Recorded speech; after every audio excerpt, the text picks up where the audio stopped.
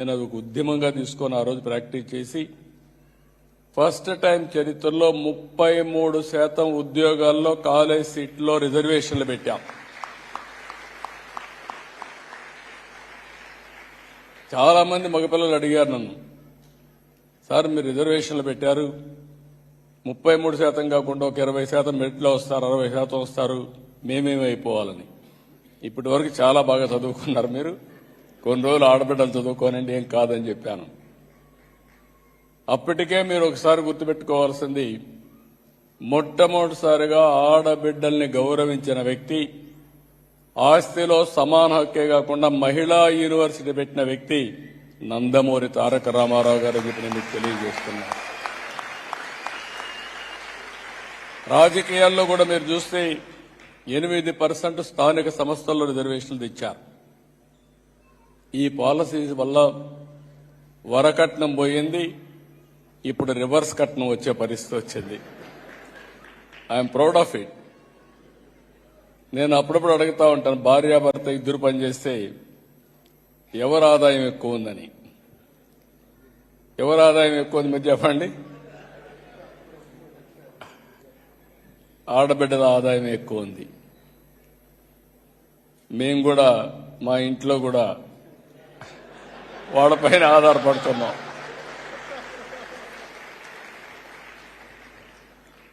ఇవన్నీ చూసినప్పుడు నేను ఒకటే మిమ్మల్ని అందరినీ 40 ఏళ్లుగా నేను చూసినటువంటి మార్పులు ఇవన్నీ. ఇదే సింగపూర్ గవర్నమెంట్ వచ్చినప్పుడు నేను సమైక్య ఆంధ్రప్రదేశ్లో హైదరాబాద్లో ఉప్పల్ దగ్గర సింగపూర్ సిటీ టౌన్షిప్ కట్టమన్నాం. బ్రహ్మాండమైన టౌన్షిప్ నిర్మాణం చేశారు. హైటెక్ సిటీలో పెట్టుబడులు పెట్టారు. అదే సమయంలో మళ్లీ నేను ఎలక్షన్ ముందు 2014 కంటే ముందు చెప్పాను, నాకు సింగపూర్తో సంబంధాలున్నాయి, ఆంధ్రప్రదేశ్ రాష్ట్రానికి రాజధాని లేదు, మీరందరూ ఆశీర్వదిస్తే అమరావతి సింగపూర్ లాగా తయారు చేస్తానని ఆ రోజు హామీ ఇచ్చాను.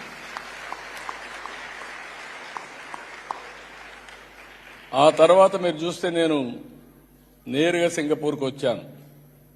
ఫస్ట్ టైం నేను ముఖ్యమంత్రి 95 అయితే సింగపూర్కి రాలా, అమెరికాకి వెళ్ళా. 15 రోజులు తిరిగా, అన్ని కంపెనీలు కలిసా. కడాన మైక్రోసాఫ్ట్ అధినేత బిల్ గేట్స్ కూడా కలిసా. మొత్తం తిరిగి ఐటీ కంపెనీల్ని ఇండియాకి తేవడానికి, ఆంధ్రప్రదేశ్ తేవడానికి ఆ రోజు కృషి చేశా. రెండోసారి ముఖ్యమంత్రి అయిన తర్వాత నేరుగా సింగపూర్కు వచ్చి, నాకు రాజధాని లేదు, మీరేం చేస్తారో తెలియదు, టెండర్లు పిలవడానికి టైం అవుతుంది, నాకు ఫ్రీగా మాస్టర్ ప్లాన్ డీటెయిల్స్ తయారు చేయమని ఆ రోజు అడిగితే సెంట్రల్ క్యాబినెట్ తీసుకెళ్లి ఆ రోజున్న ప్రధానమంత్రి లీ గారైతే ఇమ్మీడియట్ గా ఆంధ్రప్రదేశ్ అమరావతికి మాస్టర్ ప్లాన్ తయారు చేస్తామని, ఫ్రీగా తయారు చేస్తామని చేసి పెట్టిన దేశం సింగపూర్ దేశం.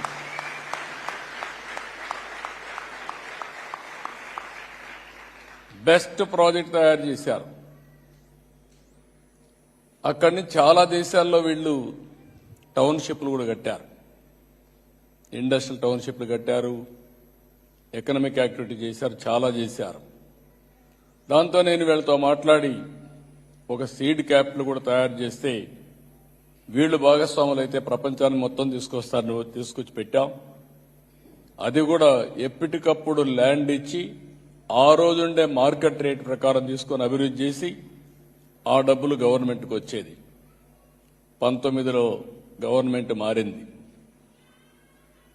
కడాన సింగపూర్ గవర్నమెంట్ కూడా తప్పుబట్టే పరిస్థితికి వచ్చారు. ఈరోజు నేను వచ్చింది పెట్టుబడులని సాధిస్తాను గాని రాష్ట్ర ప్రతిష్ట పోతే, బ్రాండ్ పోతే శాశ్వతంగా ఆంధ్రప్రదేశ్ రాష్ట్రం నష్టపోతుంది.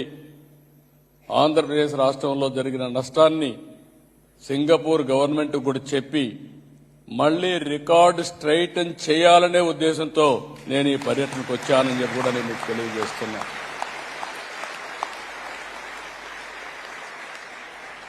ఈరోజు మీరందరూ ఉన్నారు ఇక్కడ.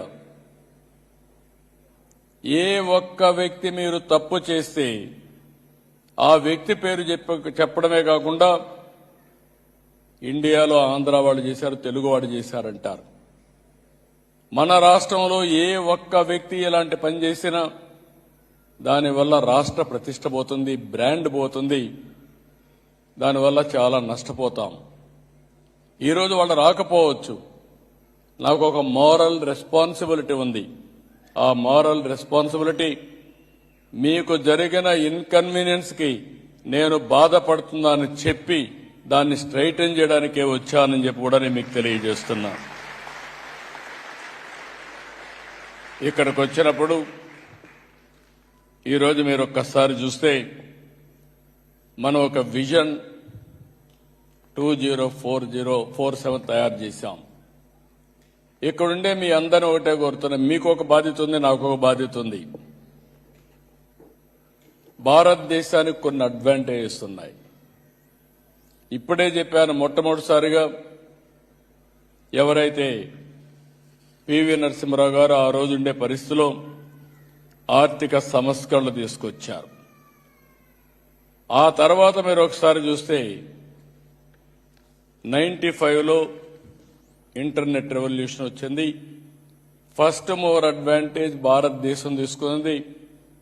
అందులో తెలుగు జాతి ముందడుగేశాం. దానికి కూడా నేను ప్రౌడ్గా చెప్పగలుగుతున్నా. మీరు ఈరోజు నన్ను గుర్తుపెట్టుకుంటున్నారంటే, ఇంత గౌరవిస్తున్నారంటే, ఆ రోజు నేను తీసుకున్న నిర్ణయం ఐటీని ప్రమోట్ చేయాలనే నిర్ణయం ఈరోజు ప్రపంచంలో మన వాళ్లకు గుర్తింపు వచ్చింది. మూడోది, ఇంకొక పక్కన చూస్తే విండ్ ఫాల్ గెయిన్ గా ప్రపంచం మొత్తం ఏజింగ్ ప్రాబ్లమ్స్ వస్తున్నాయి.